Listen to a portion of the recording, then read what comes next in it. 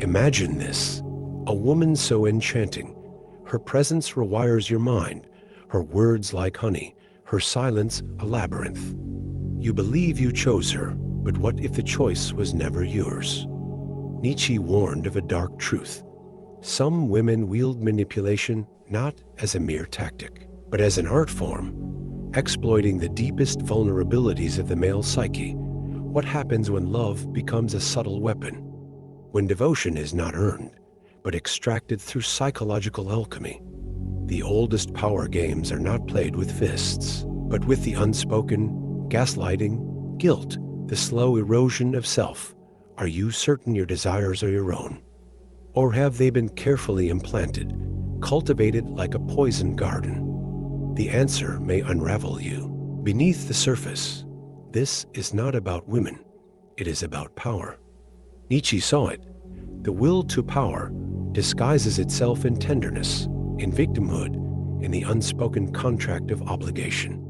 Carl Jung called it the anima, the unconscious feminine force that can uplift or devour a man's psyche. But when weaponized, it becomes something darker, a psychological puppetry.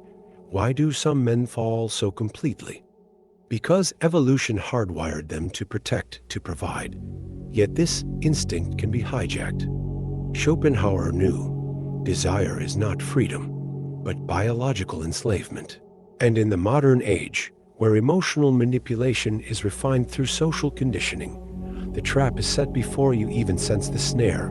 The question is no longer if it happens, but how many times you failed to notice. The fallout is silent but catastrophic. A man who does not realize he's been played will blame himself. His confidence erodes, his instincts dull. Gaslighting rewires memory. Guilt replaces logic. Soon, he questions his own sanity, begging for scraps of affection from the very hand that withholds it. Society calls this love, but Nietzsche recognized it as resentment, a covert vengeance of the spirit. The manipulated man becomes a ghost in his own life, his ambition leached away, his purpose redirected to serve another's hidden design. Worst of all, he'll defend his chains, believing them to be freedom.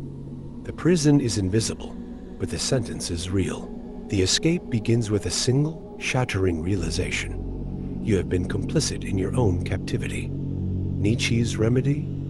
The will to power, not over others, but over oneself. To see the game is to cease being a pawn. First, ruthless self-honesty. Interrogate your desires.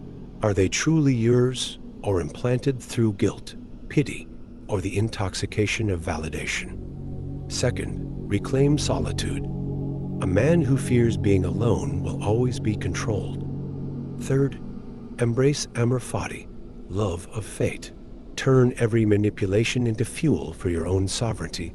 The path is neither kind nor easy, but the alternative is spiritual death. Here is the forbidden epiphany. She does not hold the power. You gave it to her. The deepest manipulation was never her tactics, but your own unconscious surrender. Nietzsche's hammer strikes. Become who you are means shattering the idol of external validation. The truth? No one can exploit a man who owns his chaos, his shadows, his unyielding no. The feminine is not the enemy, it is the mirror. What you fear desires you. What controls you, you allowed to control. Now awakened, you face a choice.